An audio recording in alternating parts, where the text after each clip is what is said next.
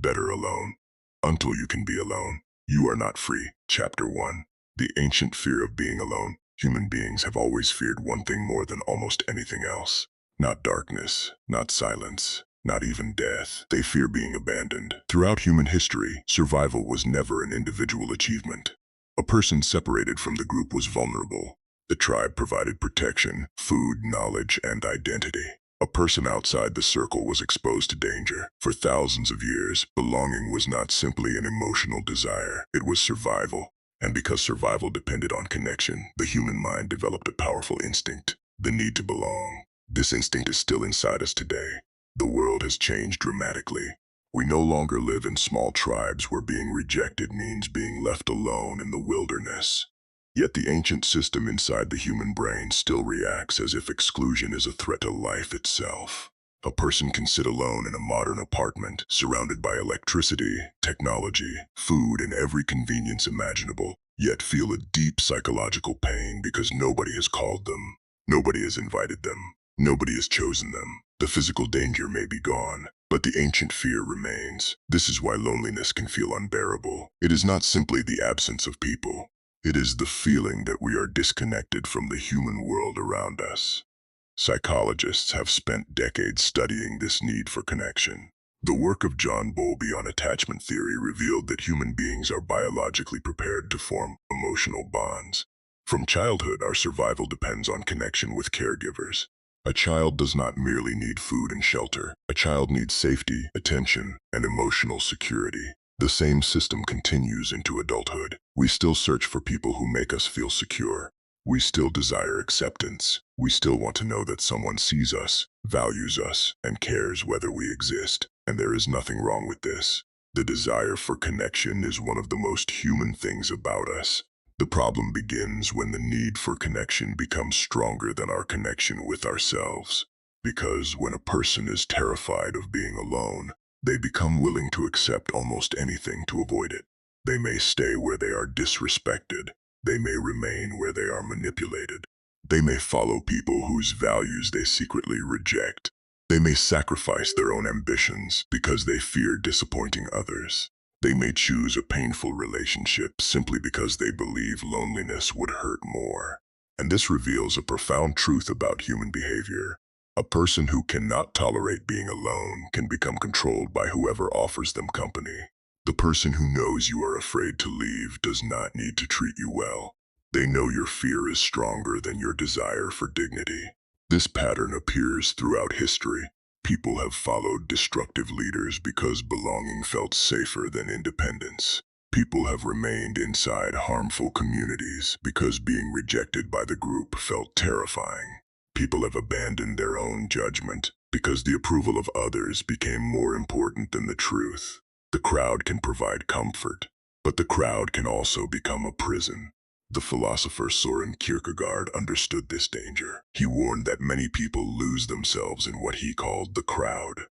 The crowd gives people an identity. It tells them what to believe, what to value, what to desire, what success looks like, what failure looks like. But the price of belonging to the crowd can be the loss of individuality. A person can spend their entire life surrounded by voices and never hear their own. This is one of the great paradoxes of human existence. We need other people, but we can also lose ourselves among other people. We need connection, but we also need independence. We need belonging, but we also need the courage to stand alone. The purpose of learning solitude is not to convince yourself that you need nobody. That is not strength. Human beings are not designed for complete isolation. The strongest people throughout history were not people who rejected everyone else. They were people who developed enough inner stability that they could enter relationships freely. They could love without desperation. They could cooperate without surrendering themselves. They could listen without blindly following. They could leave when necessary without collapsing. This is the difference between dependence and maturity. A dependent person says, "I need you because without you I am nothing." A mature person says, "I value you, but I remain myself even when you are not here." That difference changes everything, because when you cannot stand alone, you may confuse attention with love. You may confuse familiarity with loyalty. You may confuse presence with genuine connection. You may remain attached to people simply because their absence creates fear. But when you become comfortable with solitude, something changes. You begin choosing people differently. You stop asking, who will accept me? And you begin asking, who helps me become better? You stop asking, how do I make sure nobody leaves? And you begin asking, is this relationship worthy of my commitment? This is where freedom begins. Not in rejecting people, not in becoming cold, not in pretending you do not need anyone. Freedom begins when another person's presence becomes a choice rather than a necessity. The person who cannot be alone is always negotiating from fear. The person who can stand alone has something far more valuable: choice. They can love without begging. They can stay without being trapped. They can walk away without being destroyed. They can belong without disappearing. Because before you can truly stand beside another person, you must first learn how to stand by yourself. And that journey begins with confronting one of humanity's oldest fears, the fear of being alone. This is Chapter 2, the need to belong, and the loss of yourself. There is a quiet tragedy that happens to many people. They spend years trying to be accepted by others, only to wake up one day and realize they have slowly abandoned themselves. They have the relationships, they have the social circles, they have the approval, they have the invitations. But somewhere along the way, they lost something more important. They lost their own voice. The human desire to belong is powerful. It gives us friendship. It creates families. It allows societies to function. Without the ability to cooperate, humanity would never have built civilizations. Every great achievement in human history required people working together. But the same force that allows cooperation can also become dangerous. Because the desire to belong can become so strong that people begin sacrificing the very qualities that make them who they are. They stop asking, what do I believe? And start asking, what will people accept? They stop asking, what kind of life do I want? And start asking, what kind of life will receive approval? Slowly, the person begins living according to the expectations of others. And because this process happens gradually, many people do not notice it. They do not wake up one morning and decide, today I will abandon myself. It happens through small compromises. A person hides an opinion because they fear disagreement. They change their personality because they want to fit in. They abandon a dream because people around them consider it unrealistic. They tolerate behavior they know is wrong because confronting it risks losing the relationship. One compromise becomes another. One silence creates another. Until eventually, the person becomes a stranger to themselves. The philosopher Søren Kierkegaard warned about this danger more than a century ago. He believed that one of the greatest threats to human individuality was what he called the crowd. The crowd is not simply a group of people. It is a psychological force. It is the pressure to think like everyone else, to desire what everyone else desires, to fear what everyone else fears. The crowd provides comfort because it removes the burden of individual responsibility. When everyone believes something, it feels safer to believe it too. When everyone follows a certain path, it feels dangerous to question it. The crowd says, do not stand out, do not challenge, do not risk rejection. And because humans are social creatures, this pressure is extremely powerful. Psychologists have demonstrated this repeatedly. The famous conformity experiments of Solomon Asch showed that ordinary people could be pressured into giving answers they knew were incorrect simply because the group gave the wrong answer. The lesson was not that humans are weak. The lesson was that belonging is one of the strongest forces shaping human behavior. People will sometimes deny their own perception to avoid standing apart. And this happens far beyond simple experiments. It happens in workplaces, it happens in families, it happens in politics, it happens in friendships, it happens in relationships. A person may know something is wrong but remain silent because speaking the truth threatens their place within the group. This is why the ability to be alone is so important. A person who cannot tolerate standing apart becomes vulnerable to manipulation. They can be controlled through approval. They can be controlled through rejection. They can be controlled through the fear of being excluded. The person who says, I cannot lose these people, may eventually become willing to lose themselves. The philosopher Friedrich Nietzsche explored this conflict between individuality and conformity. Nietzsche was not simply arguing that everyone should reject society. That interpretation is often misunderstood. His deeper argument was that people must have the courage to examine inherited values and decide consciously what they stand for. A person who has never questioned their beliefs may not truly possess them. They may simply be repeating what they received. They may be living someone else's life. This is one of the hidden benefits of solitude.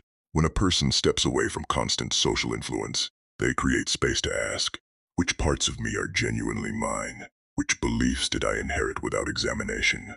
Which goals am I pursuing because I want them? And which goals exist only because others expect them? Solitude creates distance between the individual and the noise of the world, and that distance can reveal something uncomfortable. Sometimes the person we have been trying to impress does not even exist. We are chasing approval from imaginary judges. We are trying to satisfy expectations that were never truly ours. We are carrying responsibilities that we never consciously accepted. This is why moments of solitude can feel frightening. They remove the distractions. They remove the audience. They remove the performance. And when the performance ends, the question appears, who am I when nobody is watching? That question is uncomfortable because many people have built identities around being seen. They know how others perceive them. They know what image they present. They know the role they play, but they do not know themselves beneath the role.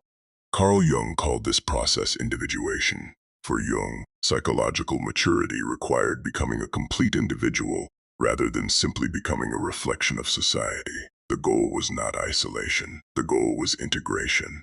To understand your own desires, your fears, your weaknesses, your hidden motivations, your strengths, your contradictions. A person who has never examined themselves is controlled by forces they do not understand. They may believe they are making choices, but their choices may actually be driven by fear, insecurity, approval-seeking, and the desire to avoid rejection. This is why learning to be alone is not an escape from humanity. It is a return to yourself.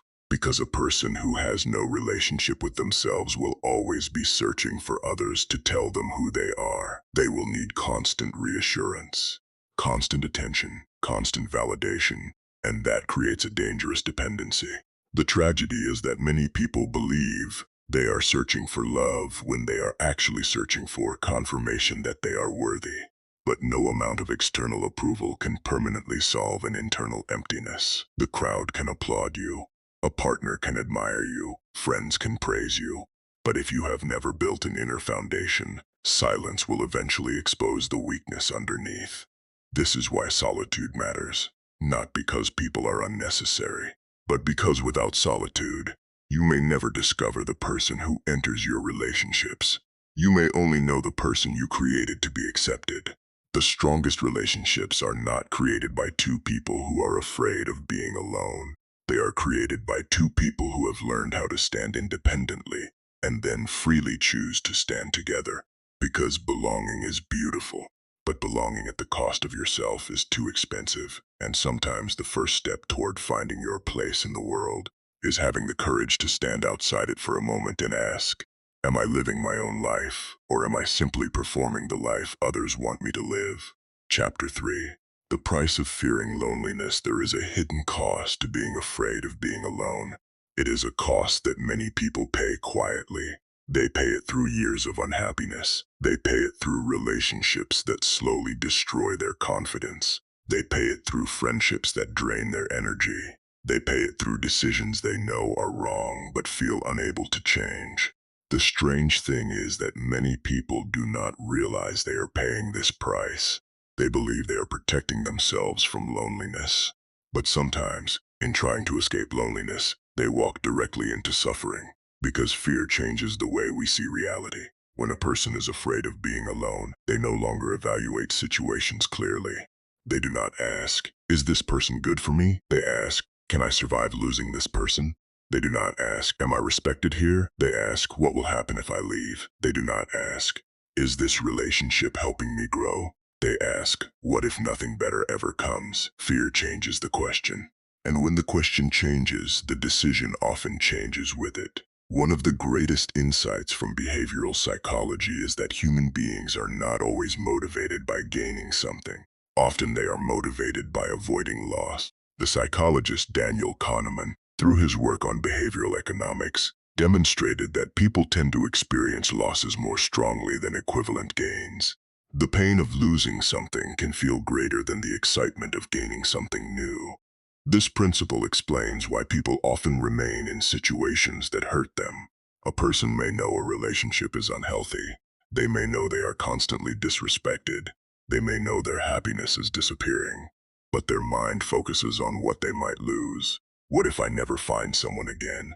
What if I regret leaving? What if I end up alone forever? The possibility of an uncertain future becomes more frightening than the certainty of present suffering.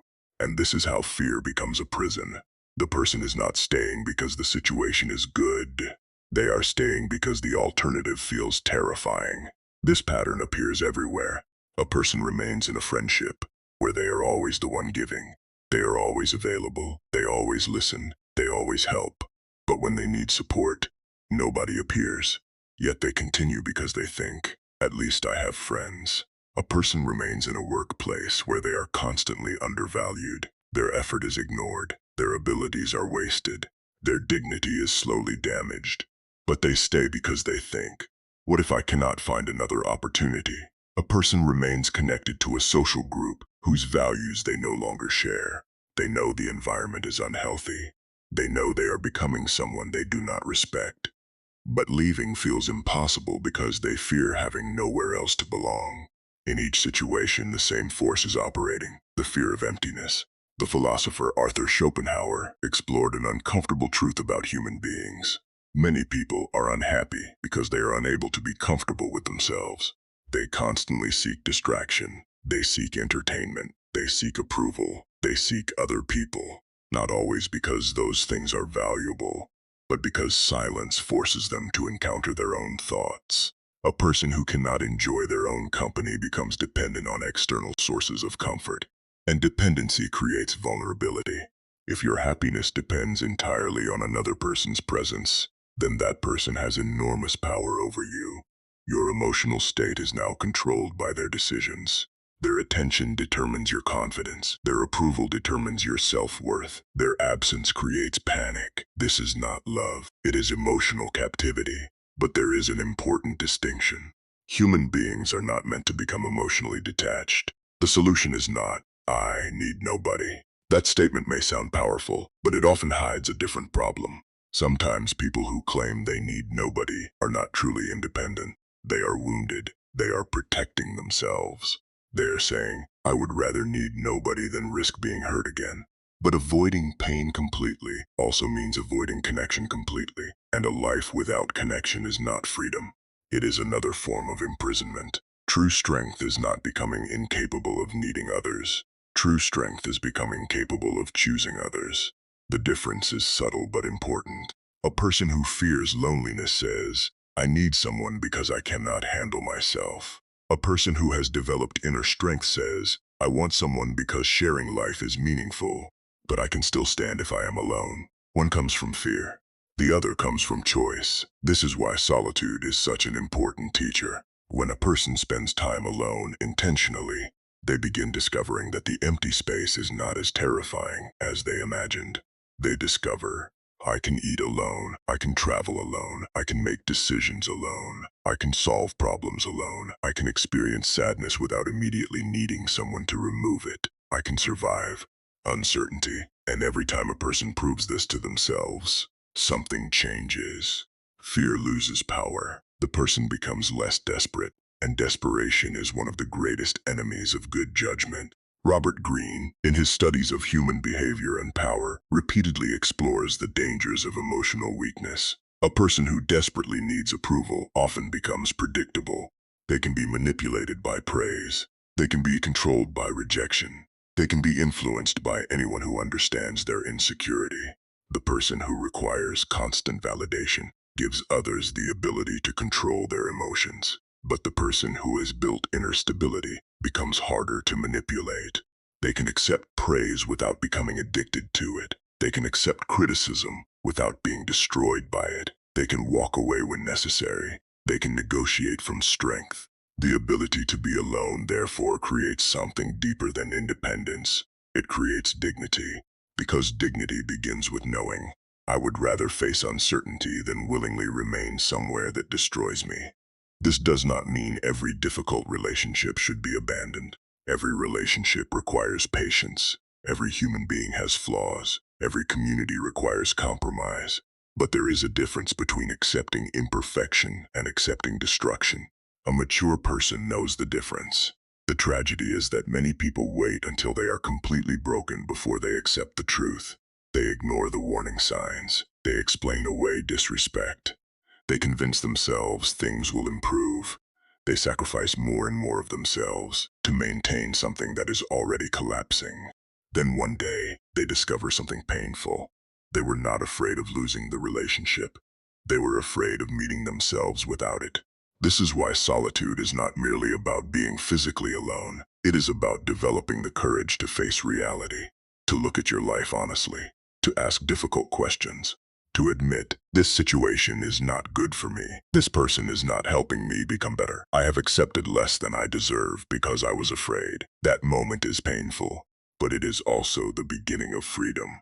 Because the moment you stop running from solitude is the moment you regain the ability to choose.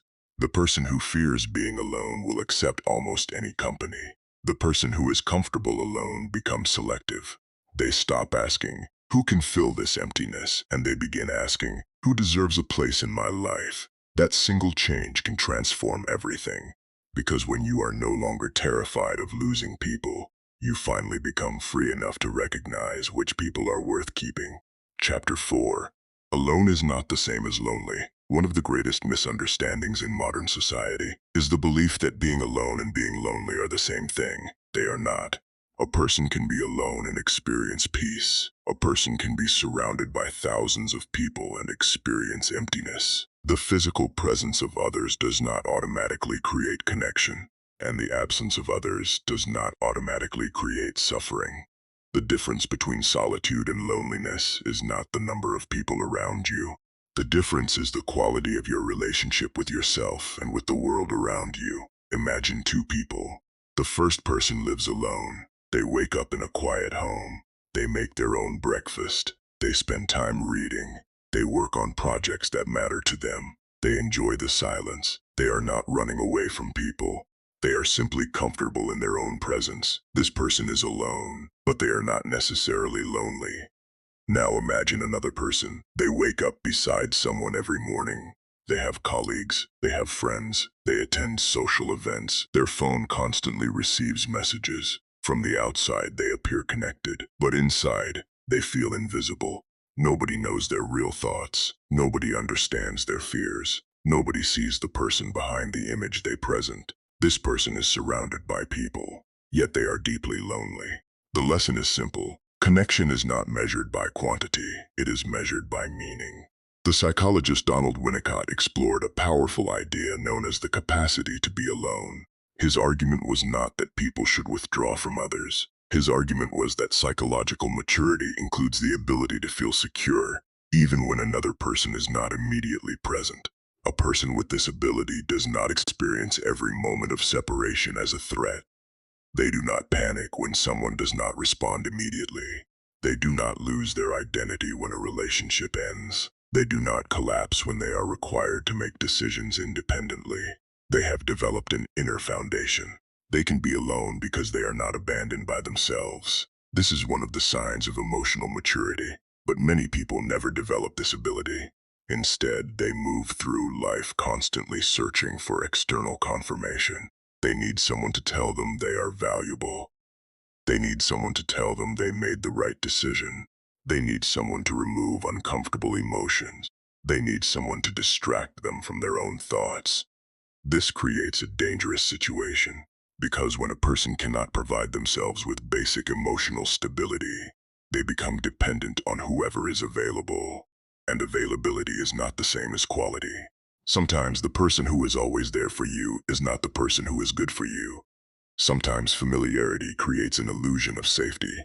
A person may think, I cannot leave because this person has always been here. But presence alone does not equal love. Someone can be present and still damage your life. Someone can be close and still prevent your growth.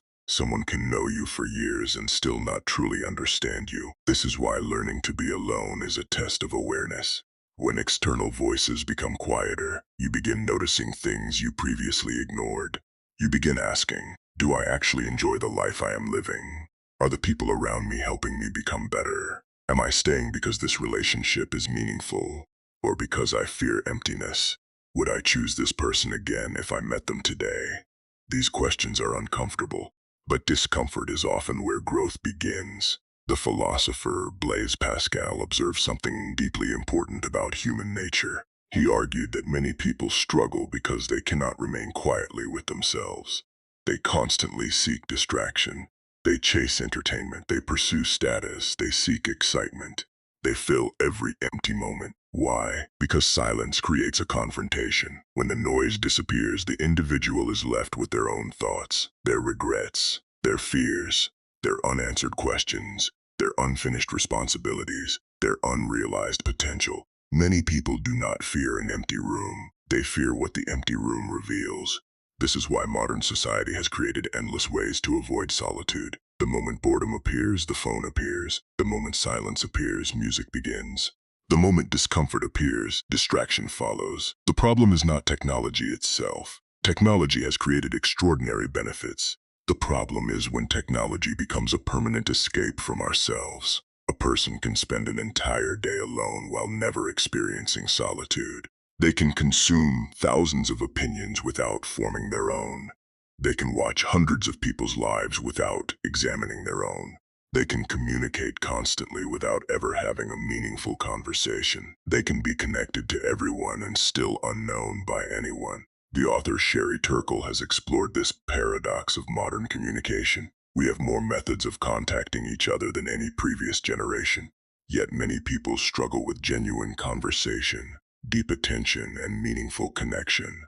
We have learned how to be available constantly, but we have not necessarily learned how to be present. And this creates a strange modern condition. People are afraid of being alone, yet many are also exhausted by constant social demands. They want connection, but they also want escape. They want attention, but they fear vulnerability. They want to be understood, but they often avoid revealing themselves.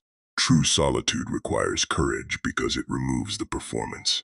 When nobody is watching, who are you? When nobody is praising you, what motivates you? When nobody is demanding anything from you, what do you choose?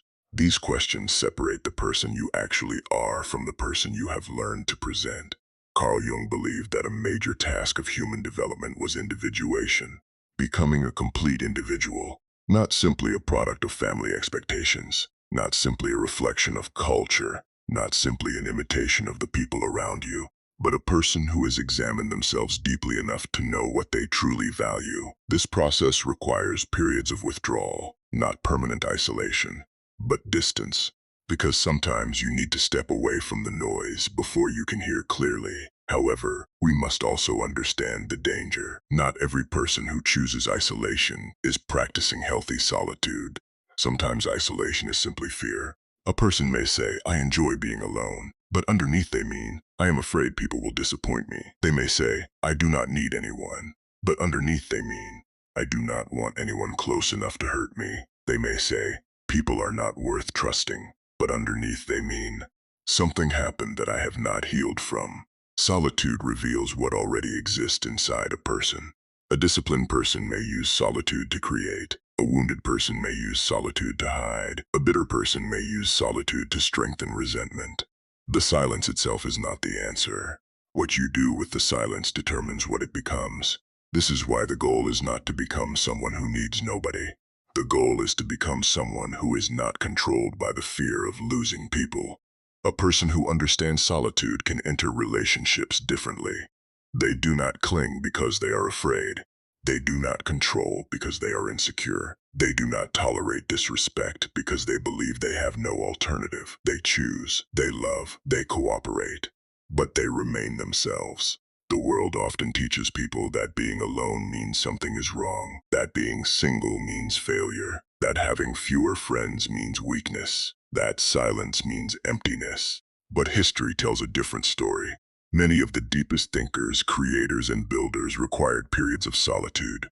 not because they hated humanity, but because they needed space to understand themselves and their work. Solitude was not their escape from life, it was their preparation for life. The mature person understands a powerful truth. You do not need to choose between yourself and others. You need to build yourself so completely that you can choose others without losing yourself.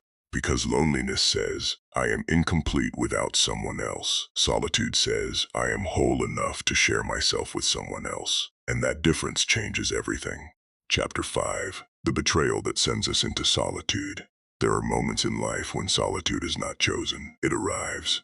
It arrives when someone you trusted reveals a side of themselves you never expected. It arrives when a relationship you believed was secure suddenly collapses. It arrives when a person you defended becomes the person who harms you.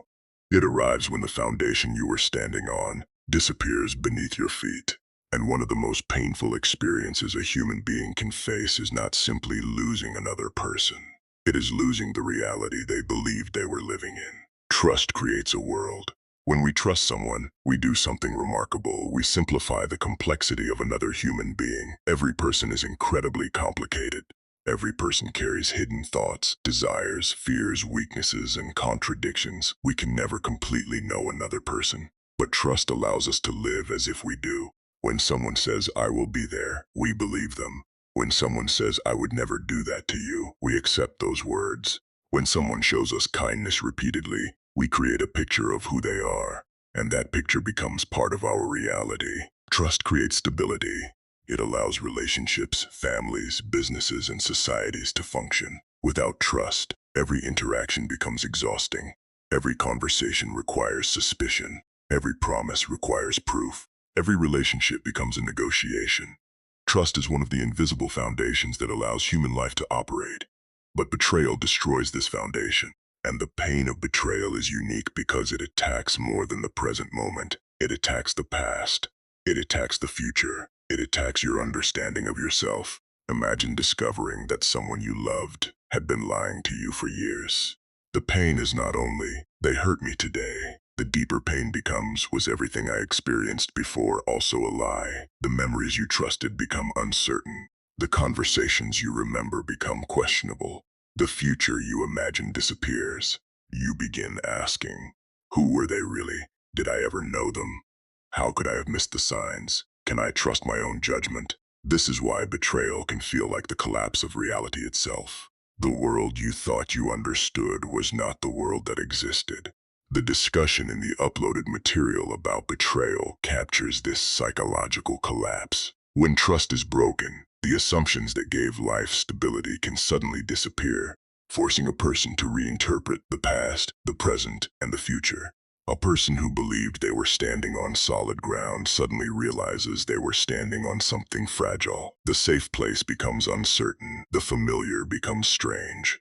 The person who was once a source of comfort becomes a source of danger. And this creates a psychological crisis. Many people experience this after a painful divorce, a friendship betrayal, a business partner stealing from them, a family member choosing selfishness over loyalty, a mentor abusing their trust, a community rejecting them after years of contribution. The details change, but the emotional pattern remains the same. A person loses not only someone else, they lose a version of themselves that existed inside that relationship. This is why many people retreat into solitude after betrayal. They are not necessarily trying to become isolated. They are trying to recover. They need distance. They need silence. They need time to understand what happened. And this can be healthy. After emotional destruction, solitude can become a place of rebuilding. A person can ask, what did I ignore? What did I misunderstand? What patterns led me here? What boundaries should I have created? What do I need to learn before moving forward? This type of solitude is not weakness. It is reflection. It is recovery. It is reconstruction. But there is another possibility. Solitude can also become a prison. A wounded person may decide, I will never trust anyone again. I will never allow anyone close again. Everyone eventually betrays you. The only person you can depend on is yourself. These statements may feel protective. They may even feel intelligent, because after betrayal, distrust feels like wisdom. But sometimes distrust is simply pain that has not healed. Carl Jung's concept of the shadow is extremely important here. Every painful experience has the potential to reveal hidden parts of ourselves. Betrayal can reveal our desperation for approval, our fear of abandonment, our inability to set boundaries, our tendency to ignore warning signs, our need to feel needed, our unwillingness to accept reality. This does not mean the person who was betrayed is responsible for another person's actions. It means every experience contains information.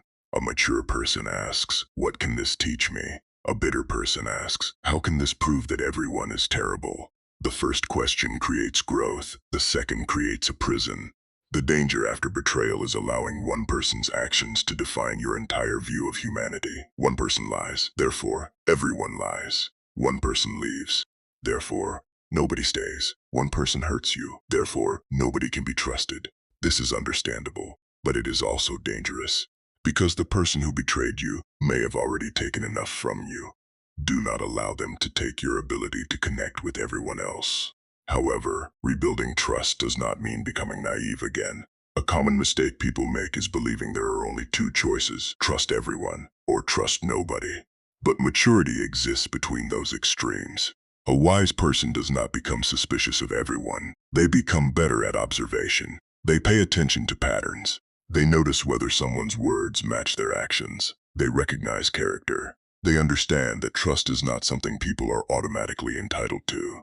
Trust is built, repeatedly, through consistency, through honesty, through responsibility. This is one of the reasons solitude can be valuable. When a person immediately replaces a broken relationship with another person, they may never examine what happened. They may repeat the same patterns. They may choose another person who creates the same wounds. They may search for relief instead of understanding. But solitude creates a pause, a space between the old life and the new one, a place where a person can rebuild their standards. The philosopher Viktor Frankl demonstrated something powerful about human suffering. A person cannot always choose what happens to them, but they can choose the attitude they bring toward what happens. This does not mean suffering is easy. It does not mean betrayal does not hurt. It means that pain does not have to become the author of your future. A person can experience betrayal and still choose wisdom. They can experience abandonment and still choose connection. They can experience loss and still choose meaning. The strongest people are not those who have never been hurt. They are those who have been hurt but refuse to let the injury become their identity. They learned from the pain without becoming prisoners of it. They developed boundaries without building walls. They became wiser without becoming bitter. They became cautious without becoming incapable of love. Because the final purpose of solitude after betrayal is not revenge. It is not proving that you do not need anyone. It is not showing the world that you have become untouchable. The purpose is rebuilding. Rebuilding your judgment. Rebuilding your confidence. Rebuilding your identity. Rebuilding your ability to choose better. Sometimes life removes people from us because they were never truly part of our future. Sometimes losing someone reveals something we could not see while we were attached. Sometimes the loneliness that follows a betrayal becomes the quiet place where we finally meet ourselves. And perhaps the greatest victory after betrayal is not saying, "I will never trust again." The greatest victory is being able to say, "I understand what happened. I have learned from it. I will protect myself better. But I will not allow someone else's failure to destroy my ability to love." Because solitude can either become a place where wounds deepen, or a place where wisdom begins. Chapter 6: When silence forces you to meet yourself. There is a reason many people are uncomfortable being alone. It is not always because they miss other people. Sometimes it is because they finally have to face themselves. When the world becomes quiet, something unexpected happens. The distractions disappear. The performance ends. The opinions of others become distant. And what remains is the person underneath everything. The thoughts you have avoided, the emotions you have suppressed, the questions you have postponed, the dreams you abandoned, the mistakes you never confronted, the wounds you never healed. This is the hidden challenge of solitude. It does not simply remove other people. It removes the excuses. Throughout human history, people have searched for ways to escape silence. Ancient civilizations created entertainment. Modern civilizations created endless stimulation. Today, a person can move from the moment they wake up until the moment they sleep without experiencing a single moment of true quiet. The phone provides constant information. Social media provides constant comparison. Television provides constant stories. Music fills empty spaces. Notifications interrupt every thought. The modern person is rarely physically surrounded by people, but they are almost always surrounded by other people's voices. And this creates a strange problem. A person can become extremely familiar with the lives, opinions, and emotions of thousands of strangers while remaining unfamiliar with their own inner world. The philosopher Blaise Pascal recognized this problem centuries ago. He observed that human beings struggle to remain quietly in one place with themselves. Why? Because silence removes distraction. And without distraction, the human mind begins asking difficult questions. Who am I? Am I living correctly? Am I becoming the person I want to become? What mistakes am I repeating?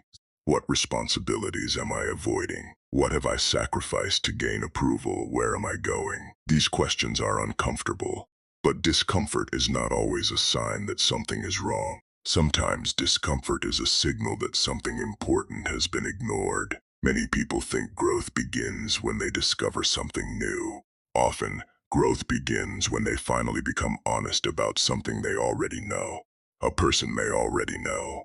This friendship is unhealthy. This habit is destroying me. This career no longer has meaning. I am avoiding a responsibility. I am blaming others for things I need to change. But knowing and accepting are different things. The mind can protect itself from uncomfortable truths. It creates explanations. It creates excuses. It creates stories that allow a person to continue without changing.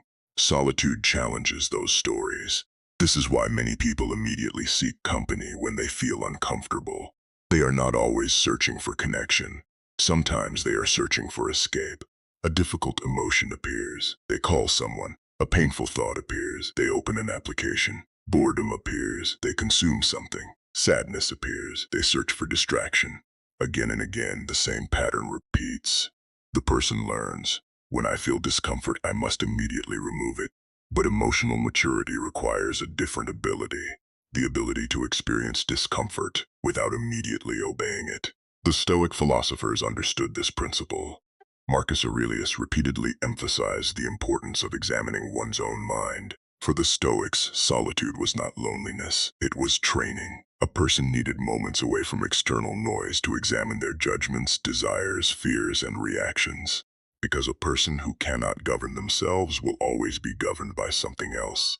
They will be controlled by other people's opinions, temporary emotions, impulsive desires, fear of rejection, fear of failure, fear of uncertainty. This connects deeply with Carl Jung's idea of confronting the shadow. Jung believed every person carries hidden aspects of themselves. The parts they do not want to acknowledge, the jealousy, the insecurity, the anger, the desire for recognition, the fear of inadequacy, the weaknesses they hide from others. Many people spend their lives presenting a carefully constructed image while avoiding the parts of themselves that do not fit that image. But the ignored parts do not disappear. They influence behavior from the background. They shape decisions. They affect relationships. They determine reactions until they are confronted. Solitude brings the shadow closer. When nobody is around to impress, the false self becomes harder to maintain. A person begins noticing patterns. Why do I always seek approval? Why do I become defensive when criticized? Why do I choose people who treat me poorly? Why do I fear rejection so much? Why do I constantly compare myself with others? These questions can be painful, but they are valuable. Because the person who understands themselves becomes harder to manipulate. They understand their weaknesses. They recognize their triggers. They know where they are vulnerable. They know what they need to improve. However, solitude does not automatically produce wisdom. This is an important distinction. A person can spend years alone and learn nothing, because being alone only creates the opportunity for reflection. It does not guarantee it. A person who enters solitude with discipline may transform. A person who enters solitude with resentment may become consumed by resentment. A person who enters solitude searching for truth may gain wisdom. A person who enters solitude searching for confirmation of their hatred may become trapped. The silence does not create the person, it reveals the person. This is why some people become stronger after difficult periods of isolation, while others become more bitter. The difference is not the experience itself.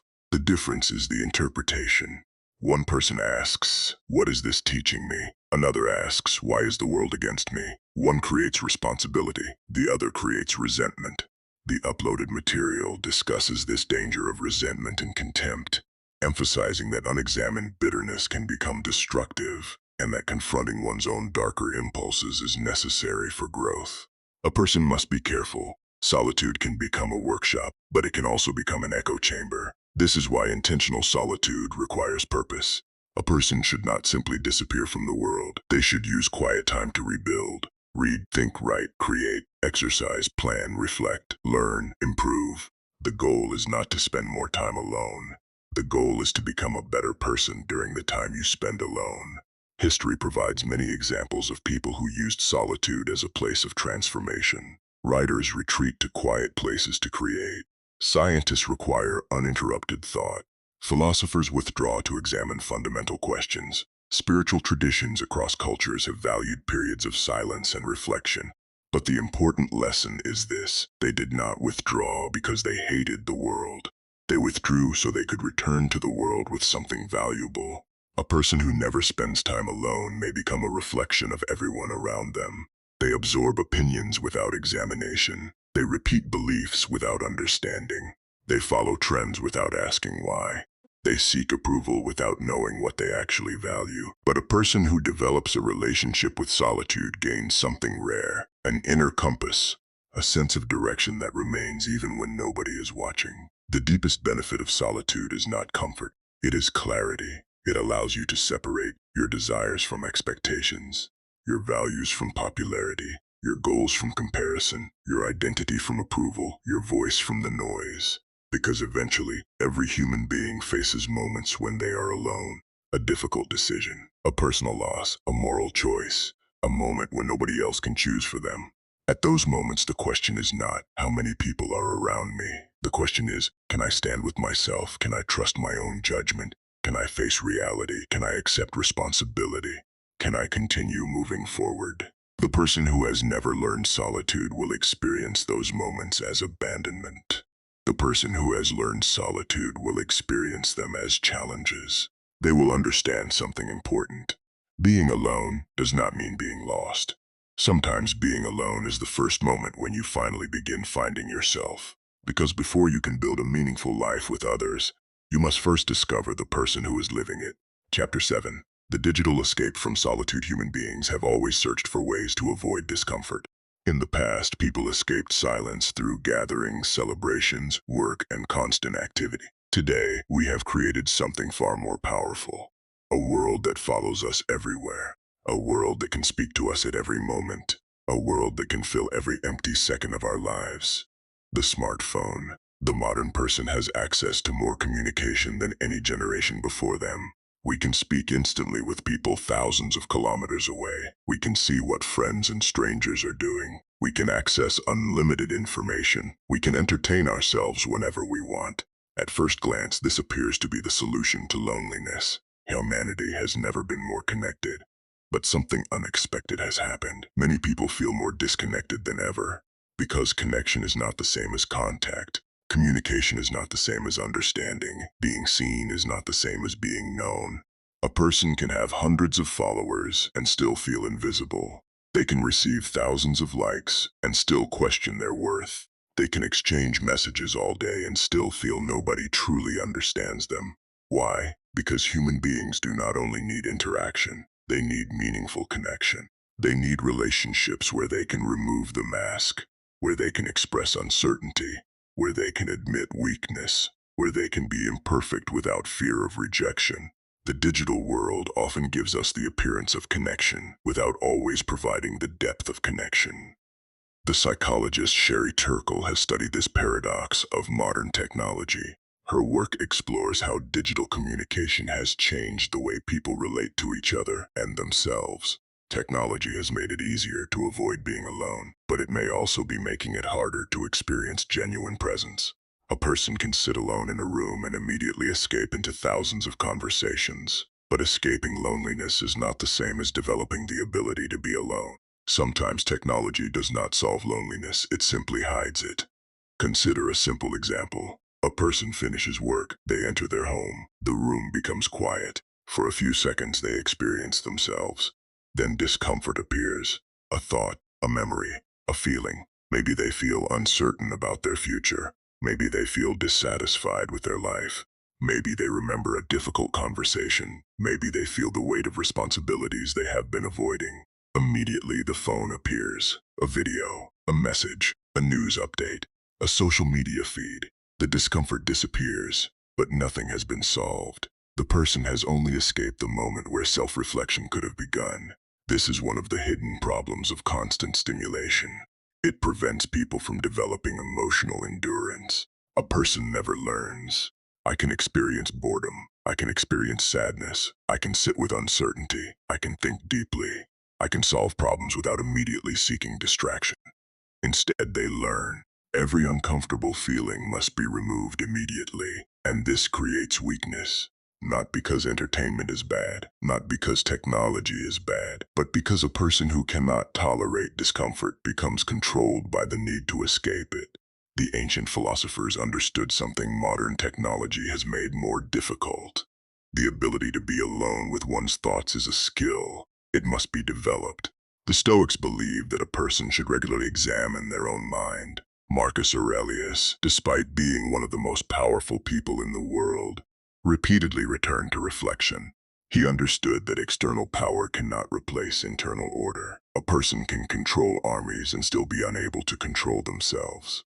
A person can influence millions and still be controlled by their own fears. Modern society creates another problem. It allows people to constantly compare their private reality with the public performance of others. A person looks at social media and sees someone else's success, someone else's relationship, someone else's lifestyle, someone else's achievements. But they do not see the hidden struggles behind those images. They compare their entire reality with someone else's carefully selected moments. And this creates dissatisfaction. The person begins thinking, everyone else is ahead, everyone else is happier, everyone else has figured life out. The result is not connection, it is insecurity. The philosopher Søren Kierkegaard warned about the danger of losing oneself in comparison. A person who constantly measures themselves against others may eventually lose contact with their own path. They stop asking, what is meaningful to me? And start asking, what will make me appear successful? They stop building a life. They start performing one. This is why solitude is becoming increasingly important in the modern world. Not because people need less connection, but because people need moments where they are free from the influence of everyone else. A person needs moments where they are not consuming, not comparing, not reacting, not performing, simply existing, thinking, reflecting, creating. The writer Cal Newport has explored the idea that deep work requires periods of uninterrupted concentration. The human mind needs space. Great ideas rarely emerge from constant interruption. Creativity requires attention. Problem-solving requires focus. Self-understanding requires silence. But modern life has created what we could call a shortage of solitude. People have time alone, but they rarely have a mind that is alone. Their attention is constantly captured. This creates a strange contradiction.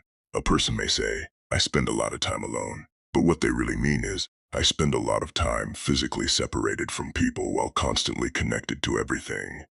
That is not solitude. Solitude requires presence. It requires being fully where you are. It requires allowing your own thoughts to exist without immediately replacing them. But there is another danger. Some people use technology not only to avoid themselves but to avoid responsibility. Instead of asking, why am I unhappy? They search for endless explanations. Instead of changing their behavior, they consume advice. Instead of improving their lives, they watch others improve theirs. They become spectators of transformation rather than participants in transformation. Information becomes a substitute for action. True solitude creates a different relationship with life. It asks, what am I building? What am I avoiding? What kind of person am I becoming? What responsibilities belong to me? What truth have I been unwilling to face? These questions cannot be answered by scrolling. They cannot be answered by applause. They cannot be answered by strangers online. They require an encounter with yourself. The greatest danger of the digital age is not that technology connects us too much. It is that technology gives us endless opportunities to avoid ourselves. We can spend years surrounded by voices while never listening to our own. We can know everything happening in the world while remaining strangers to our own minds. We can constantly seek attention while avoiding genuine understanding. The purpose of solitude is therefore more important than ever. In a world competing for your attention, solitude protects your ability to think. In a world encouraging comparison, solitude protects your identity. In a world demanding constant performance, solitude allows authenticity. In a world filled with noise, solitude helps you hear what actually matters. Because eventually, every person must face moments where technology cannot rescue them. A difficult decision, a painful loss, a moral choice, a moment of uncertainty. At those moments, the question remains, can you be with yourself? Can you trust your own judgment? Can you remain calm when nobody is giving you approval? Can you continue moving forward when nobody is watching? The person who has never developed solitude will experience silence as an enemy. The person who has developed solitude will experience silence as a teacher. Because silence does not only reveal emptiness, sometimes it reveals potential. Sometimes it reveals the person you were always capable of becoming. And in a world where everyone is fighting for your attention, learning to sit quietly with yourself may become one of the greatest forms of freedom. Chapter 8. The Lone Wolf Illusion. When independence becomes a prison, there is a powerful image that modern culture loves. The lone wolf, the person who walks alone, the person who trusts nobody, the person who needs nothing from anyone, the person who has been hurt so many times that they have decided they will never be vulnerable again. This image is attractive because it represents strength, it represents freedom, it represents someone who cannot be controlled, and there is some truth behind it. A person who can stand alone is often stronger than someone who desperately depends on others for their identity. But there is a danger. Sometimes what looks like strength is actually a wound that has learned how to speak confidently. Sometimes independence is not freedom. Sometimes it is fear wearing the clothes of power. After experiencing betrayal, rejection, humiliation, or disappointment, many people make a decision. They say, I will never trust anyone again. I do not need anyone. I am better off alone. At first, this decision can feel like victory. The person feels protected. They believe they have solved the problem. If people cannot get close, people cannot hurt them. If nobody matters, nobody can disappoint them. If nothing is expected, nothing can be lost. The walls go up. The person feels safe, but safety and freedom are not always the same thing. A prison protects a person from danger, but it is still a prison. A person who closes themselves completely may avoid certain forms of pain, but they also avoid certain forms of joy. They avoid intimacy. They avoid trust. They avoid deep friendship. They avoid the possibility of being truly known. They protect themselves from rejection by creating a life where acceptance becomes impossible. This is one of the great misunderstandings about emotional strength.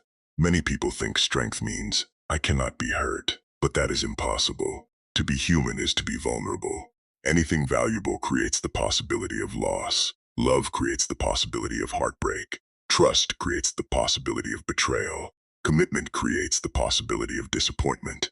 A person who wants to eliminate all risk must eliminate everything meaningful. The goal is not to become untouchable. The goal is to become resilient.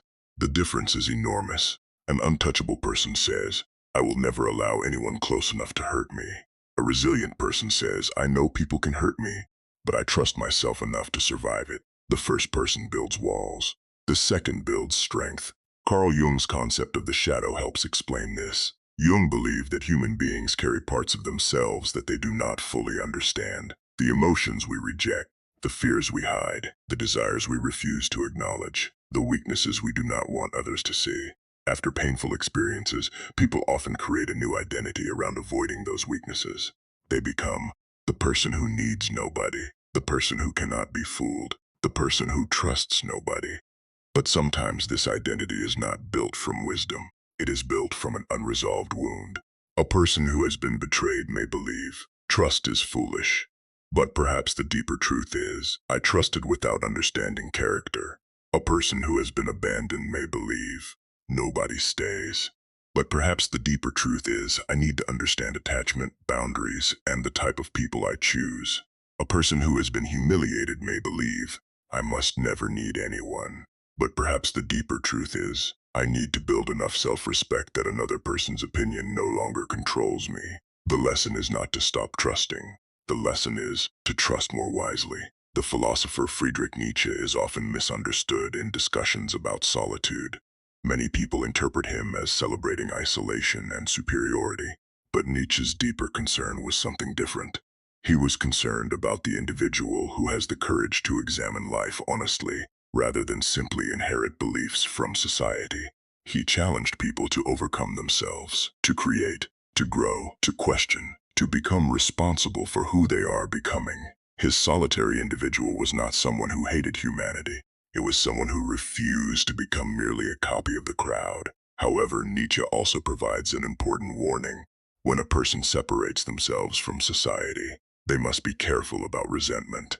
A person may begin with, I want to think independently, but slowly move toward, everyone else is inferior. A person may begin with, I need time to heal, but eventually move toward, nobody deserves my trust. The difference between independence and bitterness is small.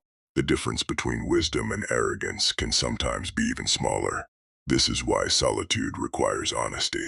A person must ask, am I alone because I am growing? Or am I alone because I am afraid? Am I protecting my peace? Or am I avoiding vulnerability? Am I choosing solitude? Or am I hiding from rejection?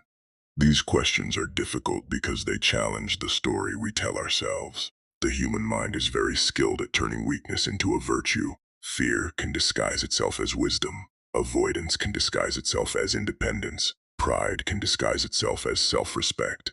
A person who truly understands solitude does not become hostile toward connection.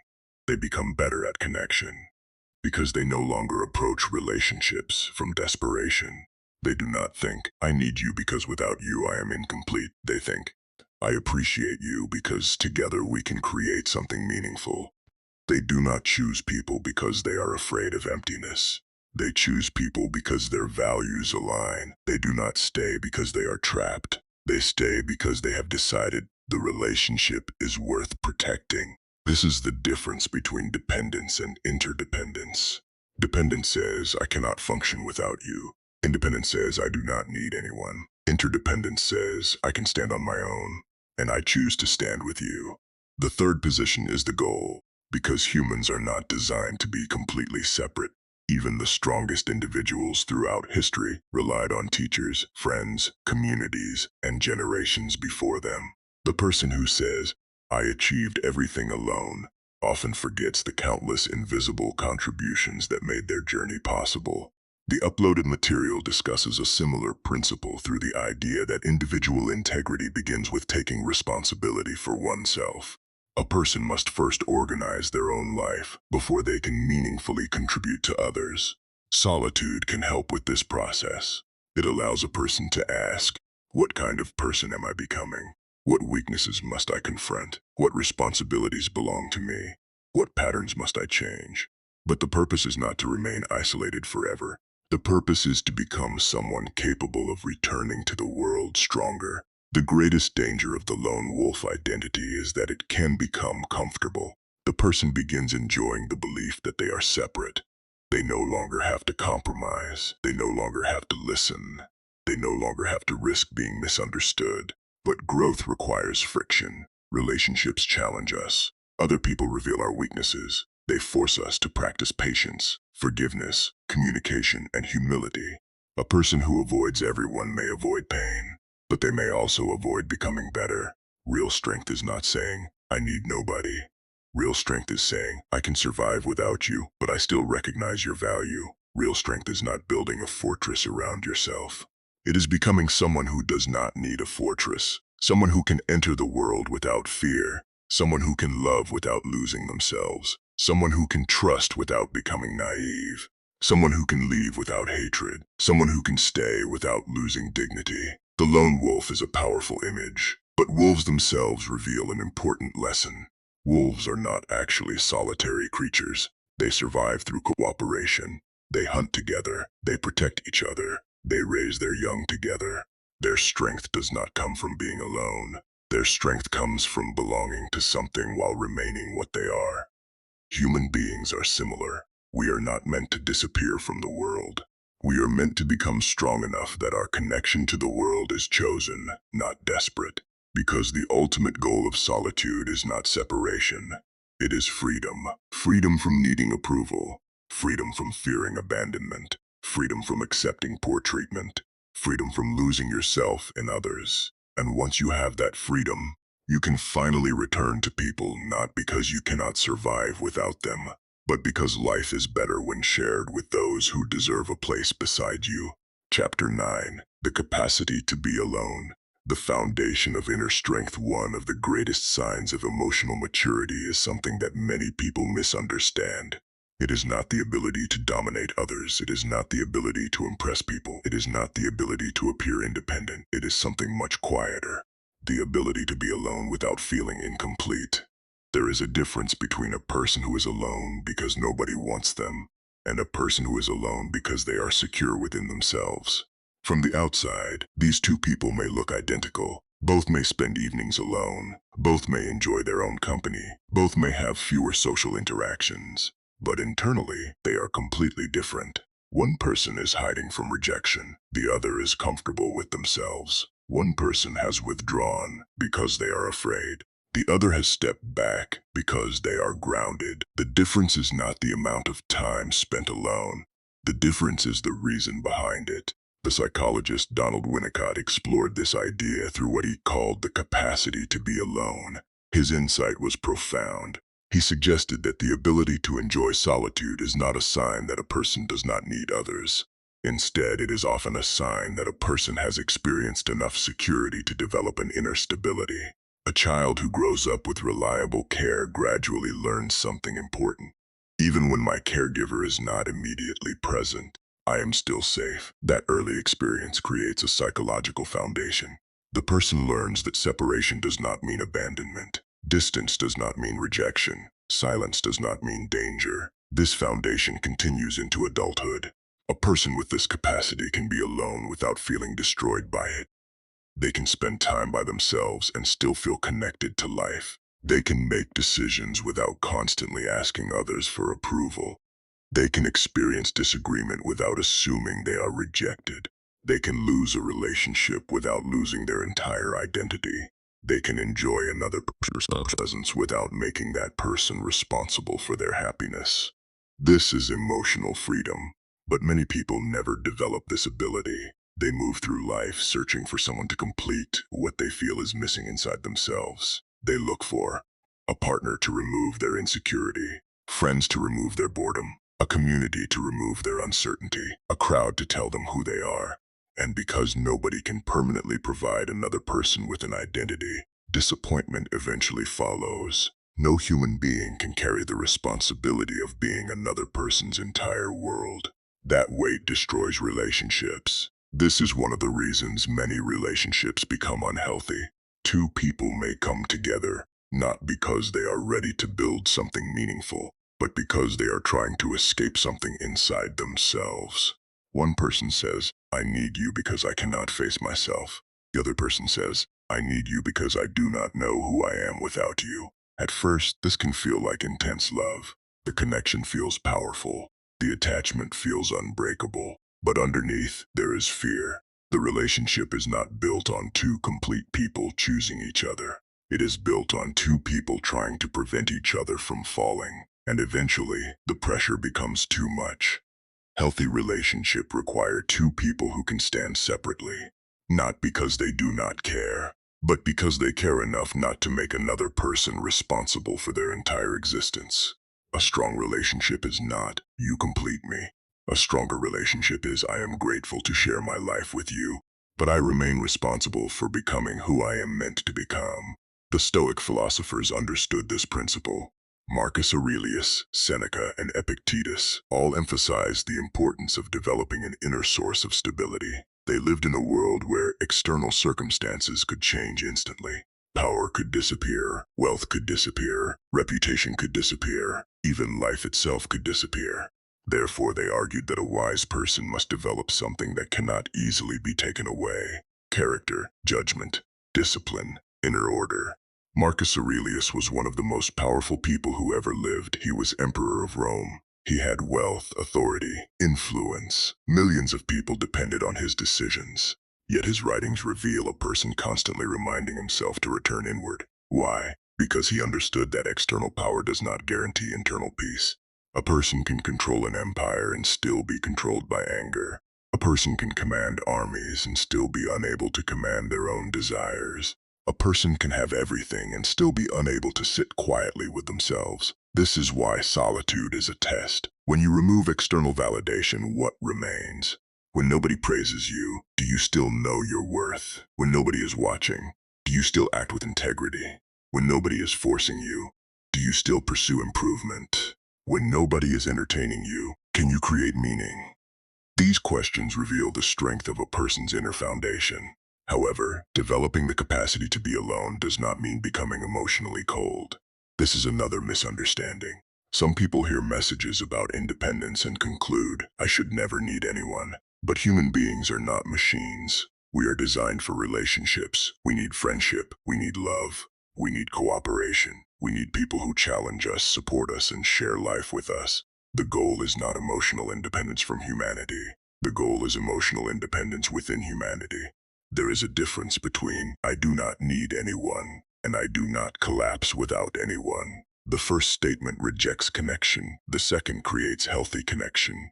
A person who cannot survive alone often chooses relationships from fear. A person who can survive alone chooses relationships from values. This is why solitude improves judgment. When you are desperate for company, you overlook things. You excuse behavior you should question. You ignore warning signs. You accept treatment that damages your dignity. Why? Because your priority is not truth. Your priority is avoiding emptiness. But when you become comfortable alone, you can evaluate people more clearly. You can ask, does this person make my life better? Do our values align? Does this relationship encourage growth? Can we respect each other even when we disagree? You are no longer choosing people because you are afraid to be without them. You are choosing people because their presence adds meaning. The philosopher Arthur Schopenhauer argued that a person's happiness depends greatly on what exists within them. A person with a rich inner life can find peace even in solitude. A person with an empty inner life may become miserable even while surrounded by entertainment and company. This does not mean other people do not matter. It means other people cannot replace the work of developing yourself. A person who has not learned solitude often searches outward for what must first be built inward. They search for confidence through approval. They search for meaning through attention. They search for identity through association. They search for peace through escape. But the foundation must come first. The ability to be alone allows a person to ask the most important question: who am I when nobody is rewarding me? Because that person is the foundation of everything else. Your relationships, your career, your decisions, your contribution to the world. Everything depends on the person you become when nobody is watching. Solitude is not the absence of connection. It is the place where your relationship with yourself is formed. And without that relationship, every other relationship becomes unstable. Because eventually, every person must spend time alone. The question is not whether solitude will come. It will. The question is, when it arrives, will you experience it as abandonment, or will you experience it as returning home to yourself? Chapter 10. What Solitude Can Build. The workshop of transformation. There is a common misunderstanding about solitude. Many people think that being alone automatically makes a person stronger. It does not. Solitude is not magic. A person can spend years alone and become no wiser, no better, and no stronger. A bitter person can become more bitter in solitude. An angry person can spend years alone collecting reasons to hate. A fearful person can use isolation as a hiding place. Solitude itself does not transform people, it reveals them. And what happens next depends on what a person chooses to do with the silence. A person who enters solitude without purpose may simply create a larger room for their problems. Their thoughts continue repeating. Their fears continue growing. Their resentment continues developing. They replay the same memories. They tell themselves the same stories. They blame the same people. They remain trapped. But a person who enters solitude with intention can use that same space differently. They can rebuild, they can reflect, they can create, they can discover. They can become someone they were unable to become while constantly surrounded by noise. This is the difference between isolation and solitude. Isolation is separation without direction. Solitude is separation with purpose. Throughout history, many of the greatest thinkers, creators, and leaders understood the value of stepping away from the crowd. Not because they hated people, not because they believed they were superior, but because distance created clarity. When everyone around you has an opinion, it becomes difficult to hear your own. When every moment is filled with information, it becomes difficult to think deeply. When every decision is influenced by social approval, it becomes difficult to know what you truly believe. Sometimes you must step away from the noise to understand what matters. Henry David Thoreau demonstrated this idea through his experiment at Walden Pond. He did not withdraw because he wanted to escape humanity forever. He withdrew because he wanted to examine life. He wanted to ask what is actually necessary, how much of modern life is chosen, and how much is simply inherited. What remains when we remove unnecessary distractions? His solitude was not rejection. It was investigation. He was not running away from society. He was trying to understand it. The same principle appears in the lives of many creators. A writer needs uninterrupted time to think. A scientist needs concentration to solve difficult problems. An artist needs space to develop original ideas. A philosopher needs quiet to examine fundamental questions. The world often celebrates the final result, the book, the invention, the discovery, the masterpiece, but it rarely sees the invisible periods of isolation where those things were developed. The silence before the achievement, the unseen preparation, the private struggle. The psychologist Carl Jung understood this deeply. Jung believed that human beings must eventually separate from the collective expectations around them. He called this process individuation. It is the journey of becoming a complete individual, not simply a reflection of your parents, not simply a product of your culture, not simply a follower of the values you inherited, but someone who has examined themselves deeply enough to understand who they are. This process requires courage because it involves confronting uncomfortable truths. You must examine your fears, your weaknesses, your desires, your contradictions, the parts of yourself you prefer not to see. This is why solitude can become a place of transformation. When you are alone, nobody is there to maintain the illusion. Nobody is there to applaud your excuses. Nobody is there to protect you from your own thoughts. You begin seeing yourself more clearly. You notice the habits that are damaging you. You notice the responsibilities you have avoided. You notice the dreams you abandoned. You notice the person you could become. And then you face a decision. Will you change, or will you continue hiding? This is where personal responsibility becomes important. The uploaded material emphasizes the idea that meaningful change begins when an individual accepts responsibility for their own life, rather than waiting for the world to fix them. Solitude creates the conditions for this realization.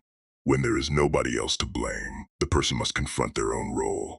Not all suffering is your fault. Not every tragedy is caused by your decisions. Life contains randomness, injustice, and circumstances beyond your control.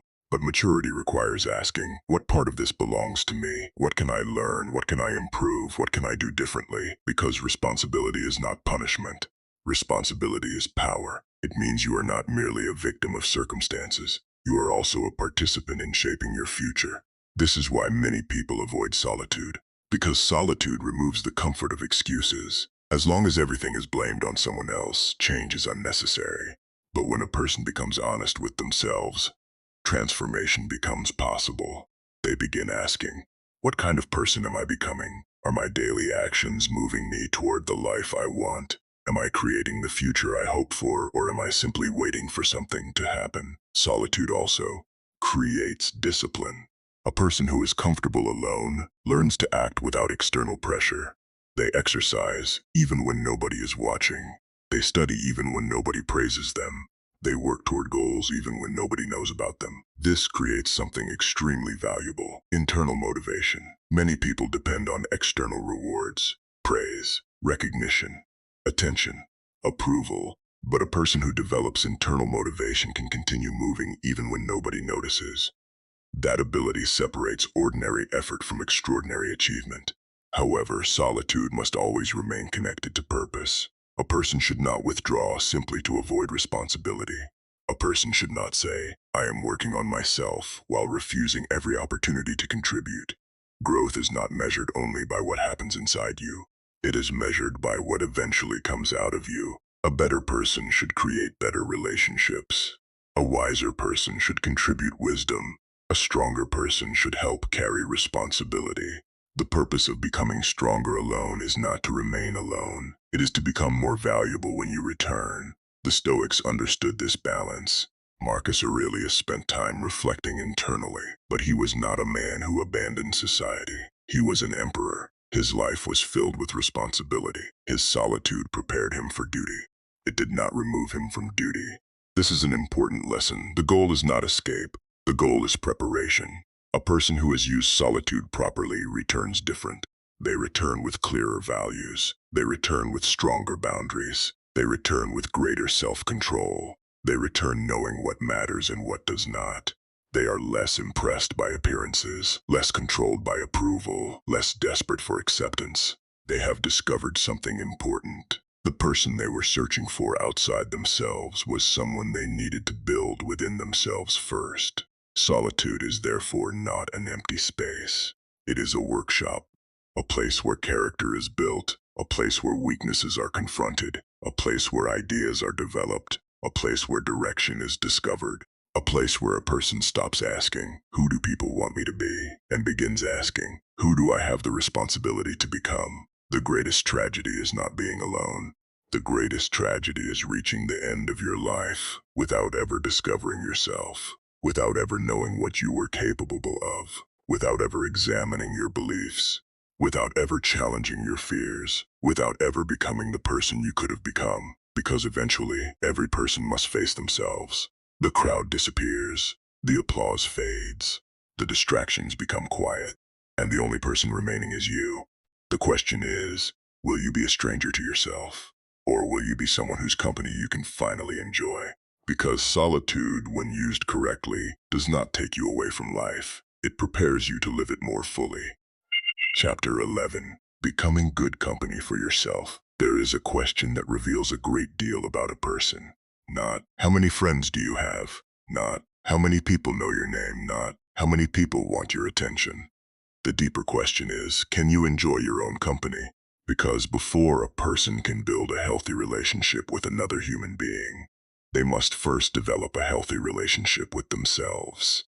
And this is something many people overlook. They spend years searching for the right people, the right partner, the right friends, the right community, the right environment. But they rarely ask, "Am I someone I would enjoy spending time with?" This question is uncomfortable because it forces us to look inward. Many people are constantly trying to escape themselves.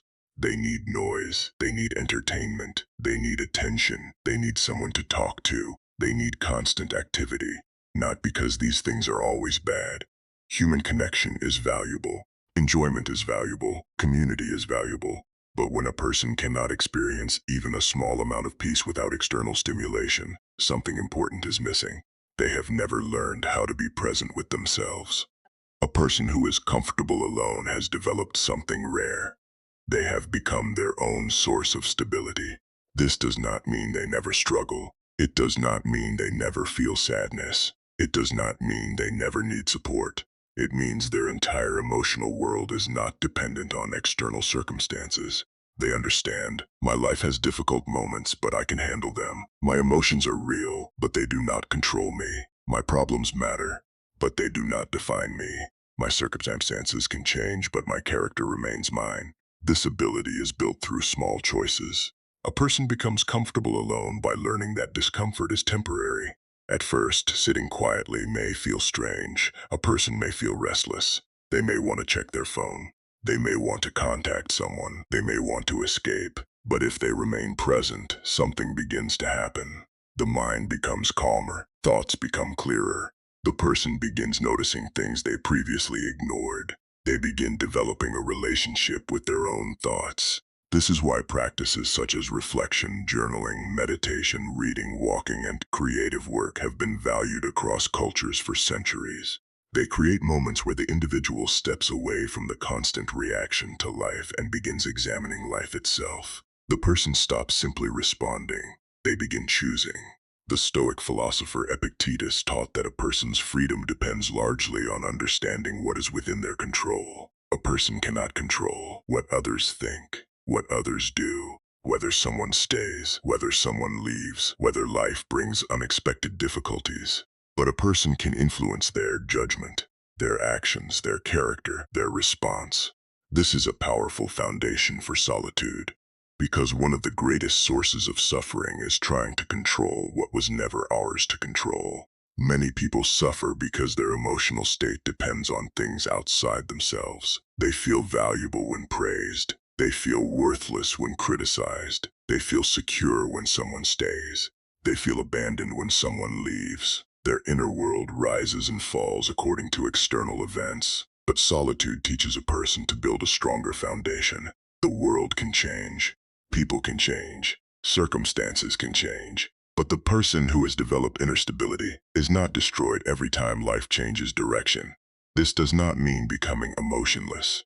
A common misunderstanding is that strong people do not feel deeply. The opposite is often true. Strong people feel deeply. They simply do not allow every feeling to become their master. They can experience sadness without becoming hopeless. They can experience rejection without becoming worthless. They can experience failure without believing they are failures. They can experience loneliness without concluding they are unloved. This is emotional maturity, the ability to separate what I feel from what is true, because emotions provide information. But emotions are not always accurate interpretations of reality. Fear says you cannot survive this, but perhaps you can. Loneliness says you have nobody, but perhaps you have simply not yet found the right people. Failure says you are finished, but perhaps you are being redirected. A person who spends time alone learns to examine these thoughts instead of automatically obeying them. One of the greatest benefits of solitude is that it allows a person to develop competence. Competence creates confidence.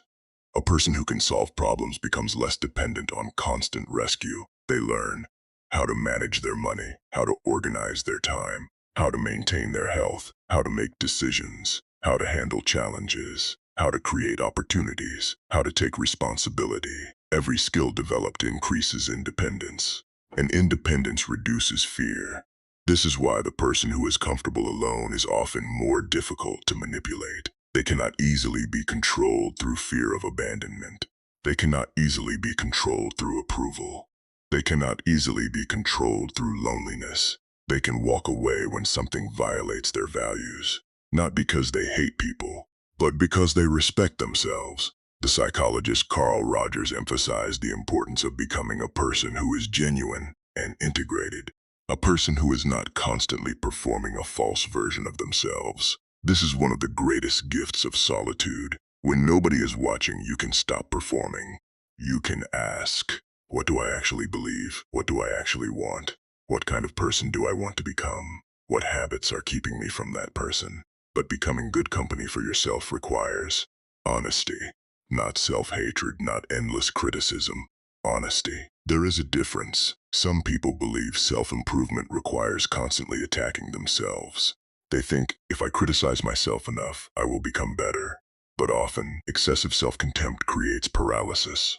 A person becomes so focused on their flaws that they lose the ability to grow. The uploaded material discusses this balance between justice and mercy toward oneself.